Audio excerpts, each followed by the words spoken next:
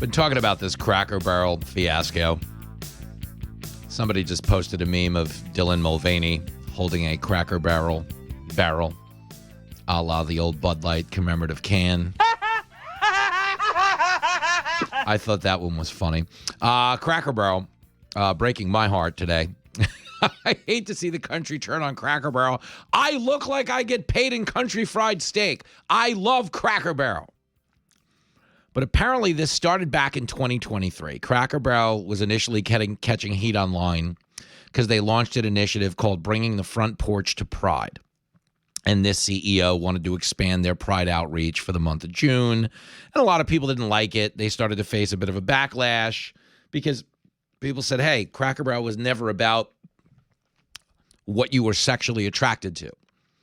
You know, Cracker Barrel was just a place you could go with your family or friends to take the edge off on a long road trip, bond over some food. Could you be gay or trans or straight? Yeah, of course you could. It's a restaurant in America. Be whatever the hell you want. But the point is, you pulled off, I think, in a lot of ways to escape, and people started to find, as they did in a lot of areas of what used to be common culture, that we no longer had those autonomous zones.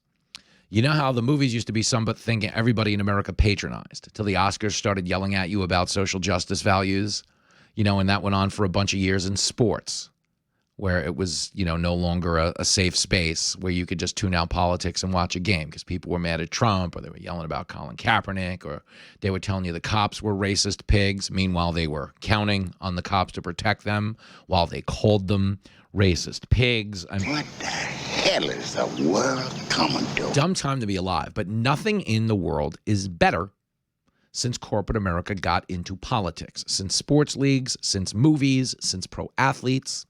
I'm a really big proponent of stay in your lane. And it's not because I'm trying to silence anybody or minimize their platform or tell them how to use it. Because, you know, it's America. You have the right to say whatever the hell you want with the visibility that you have. But the reality is, nothing has gotten better. Crime rates have not gotten better because athletes started fighting with the cops and calling them racist without any facts to back it up. Okay, the country hasn't gotten better because Hollywood said we should be building bridges and not walls before they went home to their houses that were surrounded by walls. We're losing a lot of common culture, and that's what really makes me sad on a day like today, is I don't want to know a significant percentage of Cracker Barrel's customer base is going to stop going there. But they're going to lose a lot of business over this CEO and her decision. She's denying it.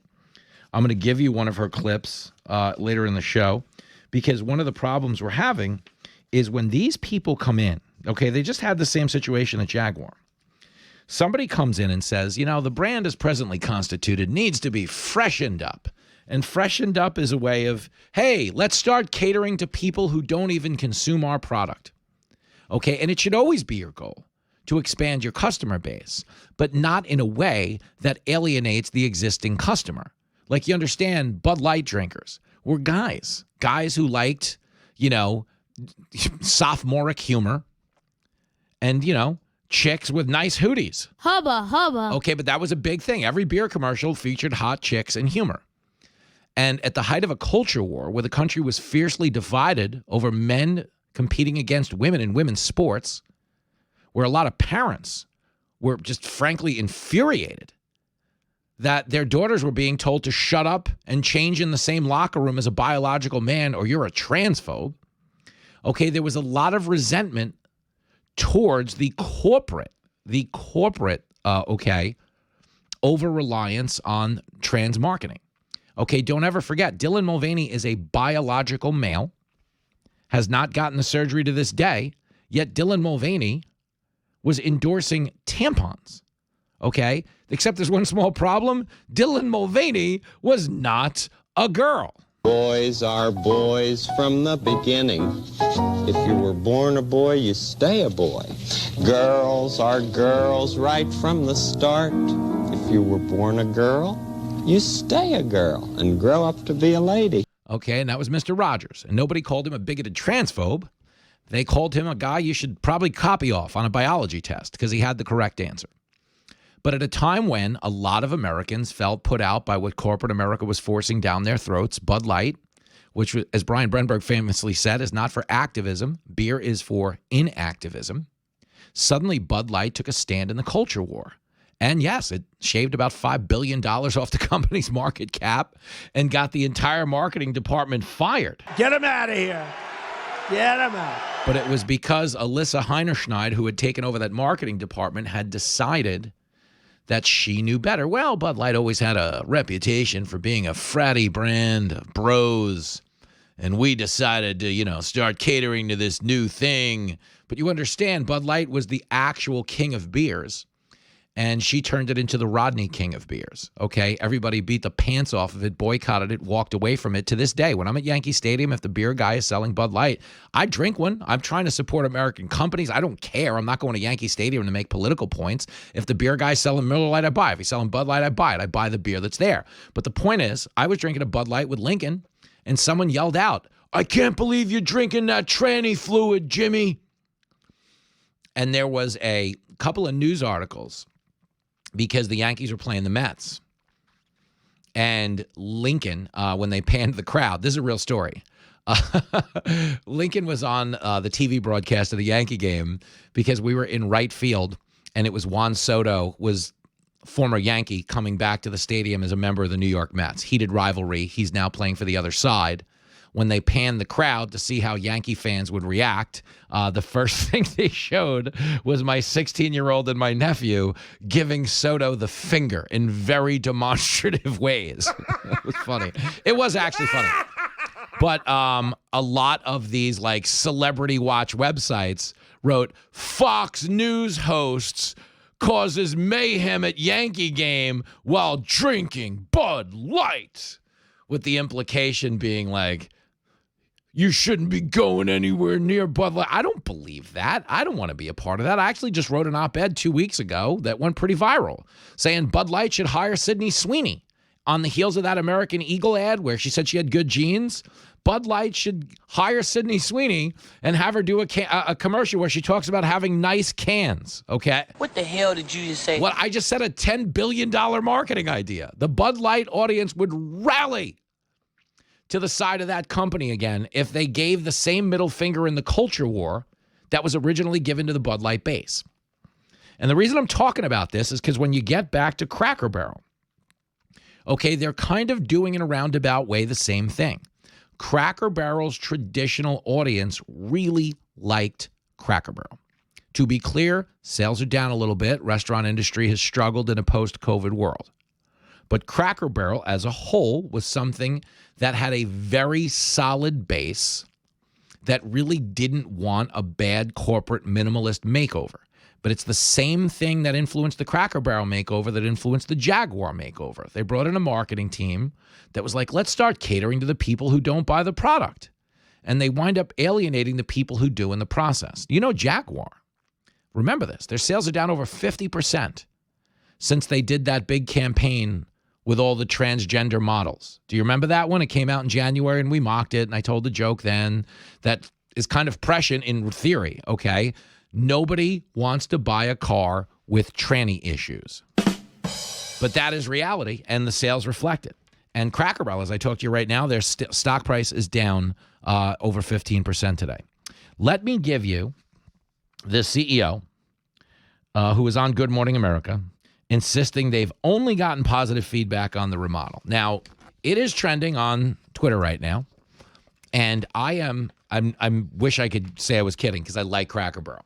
I've eaten there a long time with my family. My wife lives in Ohio, so it's like a serious mile marker. If you're driving from New York to Ohio, right when you pass Youngstown and Route 80 is about to become the Ohio Turnpike, if you're familiar with the area, you're looking at like exit 223 on Route 80.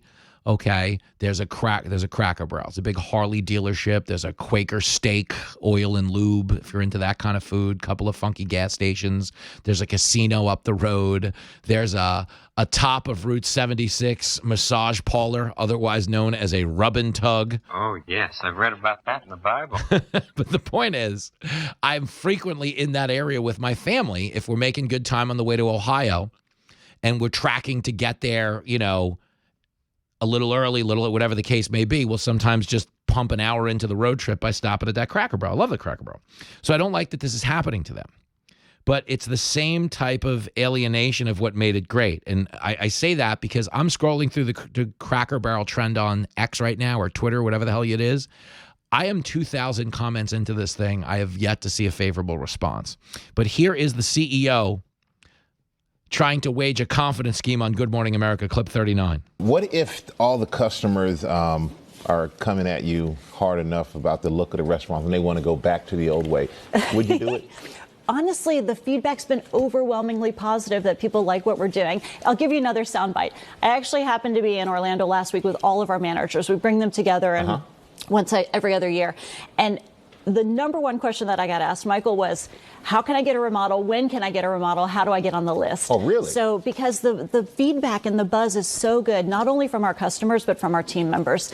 They want to work in a wonderful restaurant. So we're doing everything for our guests and our team members. You're a liar. I mean, You're a bald-faced liar. Liar. I'm not kidding. You told some of the biggest lies that I've ever heard of in my whole life. I wish I was kidding, Julie. You were lying your ass off. Okay, so what is that? That's the CEO of Cracker Barrel saying, yeah, we went to the Cracker Barrel seminar with all the other Cracker Barrel owners. And the first thing everybody said to me was, when can I get one of those makeovers? Oh, really? Wait, so you're telling me that in corporate America, people told the CEO they liked the CEO's ideas? Like, come on, man. I don't doubt that they said that, but is it reflective of the reception of this logo? No, the stock price is down 15%. The customers don't like this. Yes, you're going to have yes men in corporate America that want to be on the right side of a CEO that are going to be like, yeah, it's great, it's brilliant. How come I didn't think of that? You're the best. Oh, yeah, it's amazing.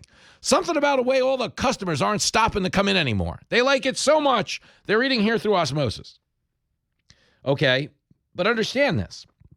We know she's not telling you the truth because they're now rolling out other people from the company to try to assure the consumer that things aren't going away. Sarah Moore is the chief marketing officer of Cracker Barrel, and she got to sit down with Fox News Digital yesterday after this Good Morning America appearance, because the Good Morning America appearance, if you heard the CEO, really sounded like she was leaning in. No, this is a successful rebrand. People really like it. Sell crazy someplace else. We're all stocked up here. And that's how you know she was lying.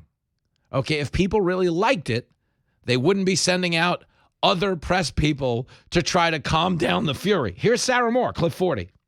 We've spent the last year testing and concepting various levels of remodels. All of these various levels have been rooted in our brand DNA. They've been rooted in guest feedback, and it's all about evolution with intentionality. What does that mean? We've been very transparent about our goal of making our stores feel brighter and even more welcoming than they already are, while maintaining that country hospitality and charm that we're known for. So when it comes to the overall experience, what you can rely on is items like our rocking chairs, our biscuits, our peg games, antiquities on the wall. None of that is going away. We're just looking at ways to freshen up the experience so that we can open our door a bit wider for more guests. And there you have it. You don't have a clue. We're trying to open our door a bit wider for more guests. What does that mean? Stop catering to the sentiments that made this a multi-billion-dollar conglomerate around the country and start making it like a little more urban. You know, bring in a little bit more of that woke white liberal crowd, you know, and that's what you're hearing. She's trying to say, don't worry, everything's going to be fine, but it's that last sentence that tells you everything you need to know. And people, again, in this country, everybody has a choice. You know, they had a choice to do this, and I get it, but they did so at great expense to their brand. Okay, and understand, the people on the internet that are memeing this thing to death, the people that are banging the stock and everything like that, those people are the base. Okay, Cracker Barrel is something frequented by every race known to man. But more than anything else, it's frequented by people who like the country. And it's not to say this is some anti-American statement they're making by remodeling the stores, But the fact that the barrel's gone, some people are joking that the cracker's gone because they got rid of the guy next to the barrel. Seems an awful lot like you're trying to say, hey, we're not for that sort of thing anymore. And that's where they're losing their customer base. I said it at the top of the show. I said this in my New York Times best-selling book, Cancel Culture Dictionary. This is such a teachable moment for corporate America that if it ain't woke, don't fix it.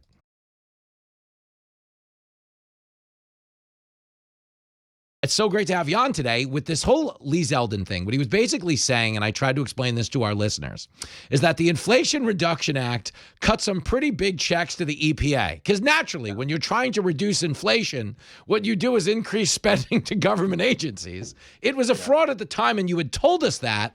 But it's starting to sound like there was another purpose beyond climate change, which was financing people aligned with that movement to do whatever they wanted. Is that what we saw? Yeah, 100%. And you know, this is accusatory, and I acknowledge that. But when you are someone like Stacey Abrams and you apply for and get a $2 billion grant, what are you going to do with $2 billion? And my accusation is she would raise awareness on climate change by knocking on doors all throughout Atlanta and telling people, if you're worried about climate change, well, then this is the person you should vote for. $2 billion was not going to solve any climate problem. It wasn't going to lower emissions. It wasn't going to do anything but advance Democrat politics. And, you know, remember within hours of USAID getting shut down by Secretary Rubio, outlets like Politico suddenly couldn't make payroll the next day. You realize how much of this money was just funneled to leftist organizations, leftist causes, and USAID and EPA, was a prime example of that, just funding leftist activism under the guise of climate change. Yeah, and one of the biggest rackets in the world is the term NGO, because every non-government organization is paid for by the government, no?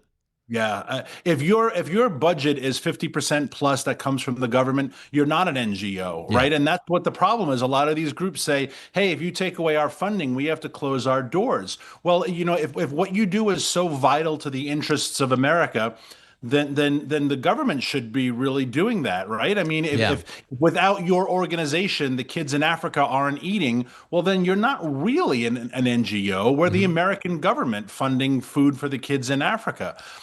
So yeah, exactly. We have this enormous fourth estate of philanthropy, activism, whatever you want to call it, which is just taxpayer-funded nonsense. Amen. We're talking to Daniel Turner, founder and executive director of Power of the Future. NGOs are the Destiny's Child of entities, and I'll explain. Do you remember when Destiny's Child had that big hit, Independent Women? It was in the Charlie's Angels, all the women, independent, their hands. Do you know what the second song on that album was? Can You Pay My Bills? Yeah. That's insane. It opened with Independent Women. The second song was like, hey, could you help a sister out here? And I'm like, wow, that went downhill fast. But I think that's the scam. That's what I'm trying to highlight here. And it would appear, based on only what I heard from Lee Zeldin on in that podcast interview, that all of the right people seem to be involved. Obama people, Biden people, mega donors. It almost reads like a money laundering, when you hear that there were 8 pass-through companies. Like, this is beyond the scam of the government, passing legislation to address a problem and spending the money on somebody else. It went through pass-through companies. And if you're doing legitimate business, it doesn't go through 8 pass-through companies, does it? No, and that's the problem here, is that they didn't necessarily break any laws. Yeah. You are allowed to create an NGO. You're allowed to get your IRS accreditation. You're allowed to apply for and receive a government grant. Stacey Abrams, her organization was a few months old. She had $100 in the bank account, and she got $2 billion. And if you're Stacey Abrams, you'd say, I didn't do anything wrong. Everything I did was legal. But we're in beyond whether or not it's legal. We're asking about whether or not it's ethical and it's right. And it's only people, as you said, who seem to have been very well connected to the Biden administration, the Obama administration. If you and I started an NGO, we're not getting $2 billion. And you know these people, right? If you presented former, Fox News anchor Pete Hegseth with a $2 billion contract for Jimmy Fallon's Troops Around the World tour, He's not going to give you $2 billion, right? But when you're the left and you know these folks and you're all in cahoots and you're all buddy, it's amazing how the American checkbook was endless. Now, do you think he'd give me $1 billion? Yeah, well, one, yes. Okay. I mean, and you would do great stuff with that $1 billion, right? Never have to drive a cab again. You know, the old line in Glengarry Glen Ross, never open your mouth until you know what the shot is. I'm glad you told me $2 billion's off the table. So I'll text Hegseth for like $750 million and look reasonable here. I like your style, Turner. But look at what an absurd amount $2 billion is. Like, think about that. Think of like operating budgets of these organizations. How many times do we hear about Project 2025, Project 2025? That was like a $40 million operation. Yeah. And this is $2 billion. And so the monetary amounts were so egregious and so offensive. Again, they can't go to jail. They didn't do anything wrong. Yeah. But that doesn't mean that people shouldn't be held accountable and that they shouldn't be shamed into all oblivion. Amen. Talking to Daniel Turner from Power of the Future. I agree with you on all of that. And I think that's one of the biggest challenges facing us is that the people who are absconding with our money really do know the law well because they're criminals and they operate in gray areas where, we can shame them from a moral standpoint, but I don't know that we stop them. Give me this, though, because Trump had some comments this week about the windmills and the solar grids and us just not having the capacity to, sustain powering the massive country that we live in based on this stuff. Are people on the left starting to get this, or is the grift still too good? Are they going to fight Trump the way they did with, like, lowering crime?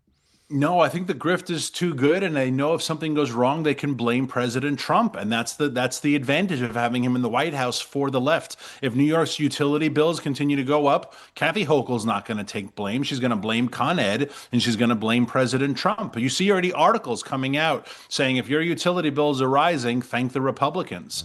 And that's a huge political risk for Donald Trump. Now, I know President Trump realizes he always gets blamed for absolutely everything. Yeah. But sadly, you can deceive a lot of the voters. New Jersey has a huge gubernatorial election this year, and this is an important issue. But the Democrats just going to blame President Trump, right? It's not Phil Murphy's fault, the current governor. It's not anyone else's fault. It's Trump's fault, and the media will just parrot that because it's a fun message to parrot. You're making such a good point that for so many Democrats, the reason their states are failing is their candidates run against Trump. It's like, look at what Gavin Newsom's trying to do in California. They haven't issued a permit to rebuild a single house after 18,000 of them burnt down in the wildfires. Okay, but Gavin Newsom isn't working on addressing that. Gavin Newsom is copying Trump's Twitter style in an effort to kind of nationalize himself and become the next Democrat to fail upward. But if you're voting at a local level for a guy who just gives Trump the middle finger, you're not addressing any of your local issues. So in a roundabout way, aren't the Democrat voters like their own worst enemy? Well, yes. And you look at someone like the mayoral candidate, Mamdani, who's been doing this 5-borough tour of We Hate President Trump. At what point do the voters in the 5 boroughs say, hey, I just want to take the R train without getting stabbed, right? Imagine. I want to be able to come home from Shea Stadium after they lose another game, but I don't want to be, in danger on Roosevelt Avenue, right? I want to be able to walk through Crown Heights without getting shot, or I want to be able to smoke hookah at 2 a.m. in Crown Heights and not having me and 9 of my friends get shot, right? Yeah. That's not what Mamdani's running about. He's not running about New York. He's not talking about he's not even talking about Eric Adams. Mm-mm. So at a certain point, if you continue to escalate these things to Trump's level, you better damn well deliver. And none of these folks have. No Democrat-run state is better than it was 4 years ago. But again, the media will just continue to parrot the Trump narrative because it gets clicks and it's a lot of fun to talk about. Yeah, and it's crushing the cities in the process. Daniel Turner, give me one more, though, since you invoked leaving a Mets game. Do you remember when John Rocker on the Braves gave a pretty colorful Sports Illustrated interview filled with quotes neither of us can say on national radio right now? all I can think about as you were talking is, God, if John Rocker had that to say in 1999 about the 7 train, can you imagine if he saw it today? And the city was not bad in '99. No, the city was on a huge turnaround. That was Giuliani, New York. And if he said that in '99 compared to today, the subway looks like it's a small world at Disney World. You know. And that's AOC's district. That's what's so funny. You know, this is the area I grew up in, and that area is unrecognizable. Not just the crime, but the overwhelming Latino prostitution. Now, for some people, that's a blessing in disguise, right? I mean, but for most of us, we don't want to see Latina prostitutes standing on Roosevelt Avenue, and yet that's just an everyday occurrence now in AOC's district. But she's not running about that. She's running against Donald Trump. Yeah, same thing. It's the same thing. And she killed 25,000 Amazon jobs and basically replaced them with hand jobs for all intents and purposes. I think I could say hand. You can't say the other one. But this is the reality of what we're dealing with right now. And this is where I try to explain to people, like, it's lost on a lot of voters in both parties. Like, Republican voters think the Democrat voter is their enemy, and the Democrat voter looks at the Republican voter as their enemy, and they don't realize that the actual power divide is between all voters and their governments. And if your government is failing you, that's not something that can get addressed by rooting against the Republicans in the next election, because ultimately that just puts more of your people who are failing you back in power. That's what happened to California. They recalled Newsom, and then they were like, I don't know, maybe we'll do some more. And just to stick it to the Republicans. And that's why Eric Adams is making a concerted effort on crime, and thank goodness. Right. I mean, we definitely need it. But why did it take a tough election all of a sudden to, have a good, competent police commissioner? Why did it take a tough re-election for you to get your act together? Kathy Hochul just announced 3 million New Yorkers are getting a $1,500 check. Why? Because she wants a vote. She doesn't want to lose her election next year. So suddenly 3 million plus New Yorkers are getting cash. Why? Because she can as governor.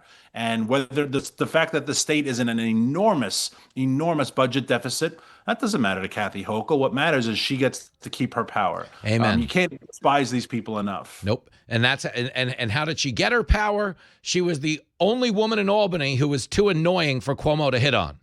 He's like, I can't talk to this, bro. I can't. I'm out of here. You're safe. You're in the safe space. Daniel Turner, you still got it, man. Yanks have won 5 in a row. Just stay focused, champ. We're doing well over here. Red Sox tonight, so it's always a great series against those awful, I can't say the word from Boston. Somebody yelled out, I had a Boston guest last week at one of my stand-up shows, and they're like, I root for the Red Sox. I was like, dude, I'm a New Yorker. I'd rather you root for the Taliban than root for the... Come on, man. It ain't right, Turner.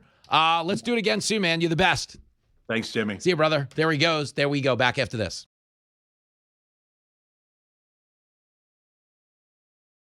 Katrina Campins in the house. The crowd goes wild. Hey, girl. I always love coming here. It's just fun. Fun time. I told Jimmy, I was like, were you like the fun kid in high school that everyone probably just wanted to hang out with you? Yeah, there was that. But by like 11th grade, I was like trying to quit drinking and mellow out. In the first few years, we had some hits. By the end, no, it was good. I had a good time. But I walked out of the studio to get Katrina, and she goes, you ready to party, man? And I go, that so sounds like from when I was a cab driver. That's a hooker line, And I was like, you're not a cop, are you? Like that whole thing. And here we are. And I bring this up, okay? Because you were talking about partying and dating, and one of the central stars of today's show has been Cracker Barrel. And you, Katrina Campins, said if a man were to take you on a date to Cracker Barrel specifically, that would be hot. You'd be thrilled, right? Yeah, like it's so unique, but it's just so authentic. You know what I mean? First of all, I don't date. I haven't been on a date in years. But like you said, hey, you want to talk about Cracker Barrel? I'm like, actually, yeah, that would be a great date place. Yeah. Like it would be a great date spot. Think about it. It's authentic. The man's a real man. Yeah, he likes like Western things, know? And he does good grub, like good food. Good food. If he takes you to like a fancy, like metrosexual place, nah. You don't want that. No. And then he's just like too showy, like be real, be yourself. She wants masculine men.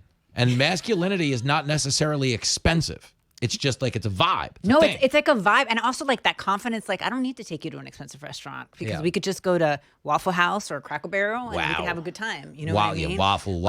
I'm very pro Waffle House. Especially at 2 a.m. Yeah, I yeah. haven't been out that long. I haven't been out I haven't been awake that long now that I think about it. Well, you years. are on Fox News Saturday night this weekend, and those after parties can go anywhere. Not the last time you were on, the time after, we had Johnny Damon was on, and we wound up being out till 7:05 in the morning. Now I did not go out that night because I did that Gene photo shoot. Yeah, you know what I yeah. mean? But I told Kelly this time, I was like, we can't shoot because I can't be antisocial. I want to hang out with Jimmy and his wife, but I'm not going to be up till 6 a.m. Campins, hanging out this weekend. Buckle up, America. I did say, remember I told you in the hallway yesterday, I was like, I come up with all these topics when I'm alone, and I'm like, oh my God, these would be like interesting conversations to have with Jimmy and his wife. And one of them is like, when you want to like zone out, right? What do? Like, I actually just turn on Netflix and I want to find like a Western series. Like Yellowstone was my obsession, but I find things where I know like there's going to be a real man because then he's going to fall in love with a beautiful woman. But then I get so vested in these relationships that I can't sleep at night because I'm like, oh my God, I need to watch the next episode. I want to make sure he stays with her. I want to make sure he's emotionally intelligent enough to stay with her. Oh my God. And then I get so vested that I can't sleep.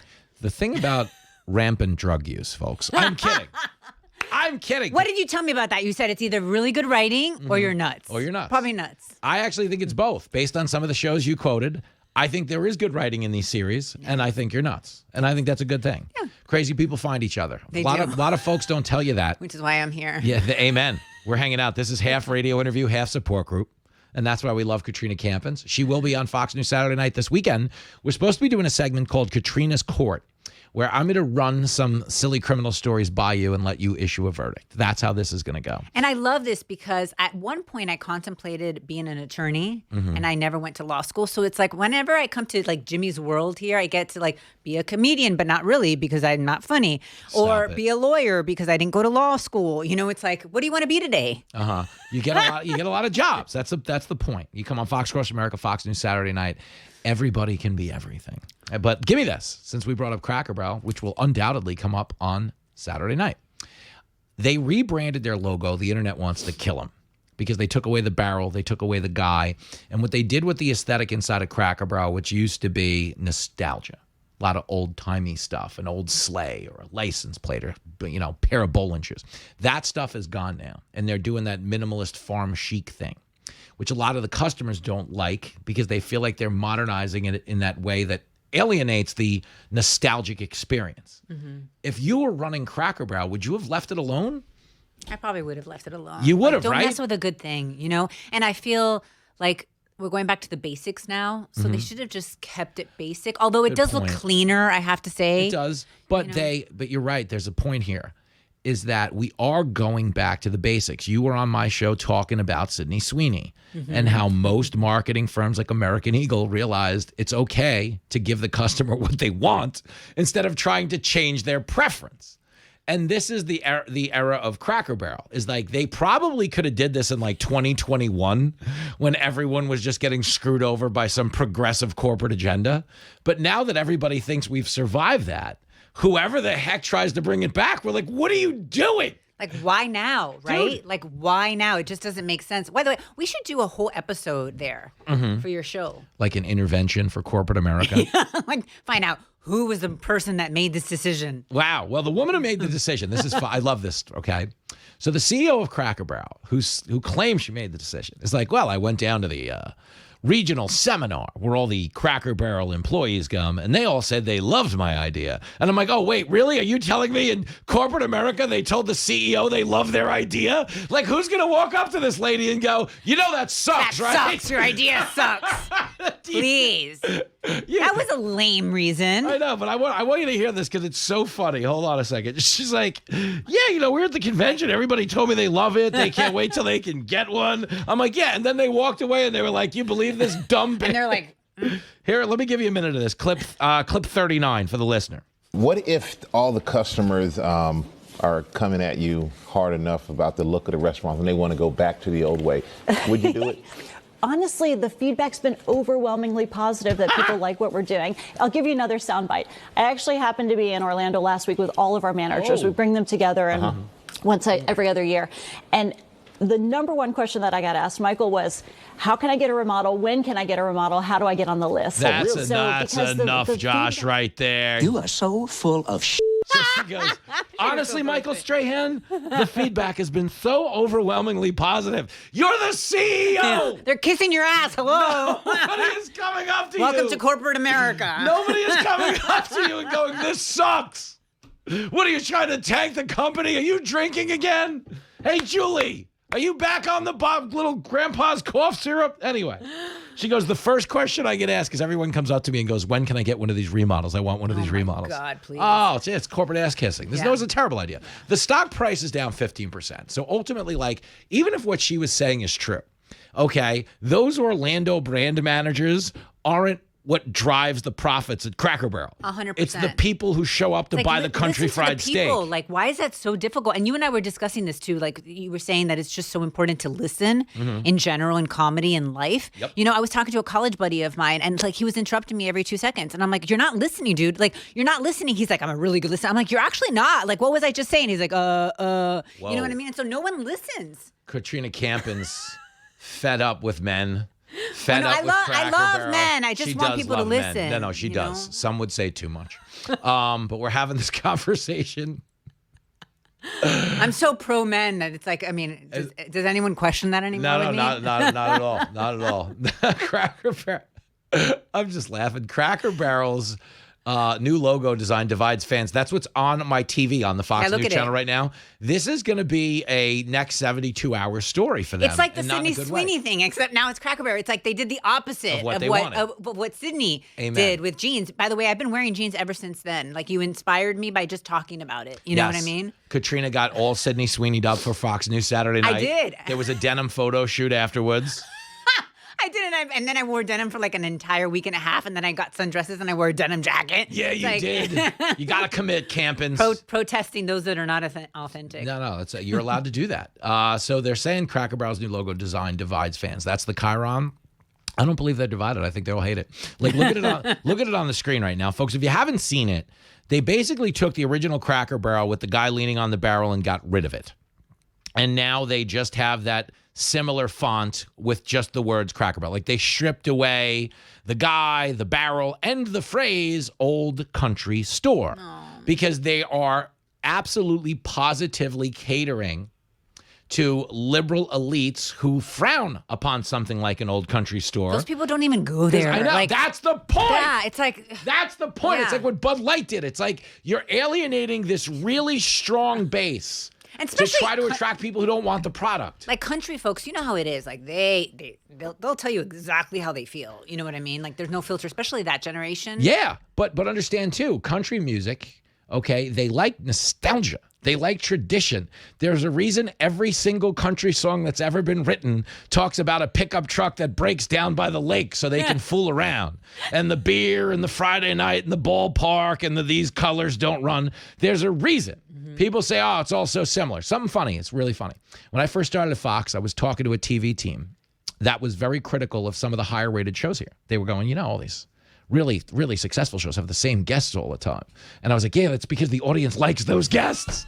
You give them what they want. That's the point. The customer is always right. Right. And they're doing this thing now in marketing where they're like, no, the customer doesn't know any better. Let's help the customer out here.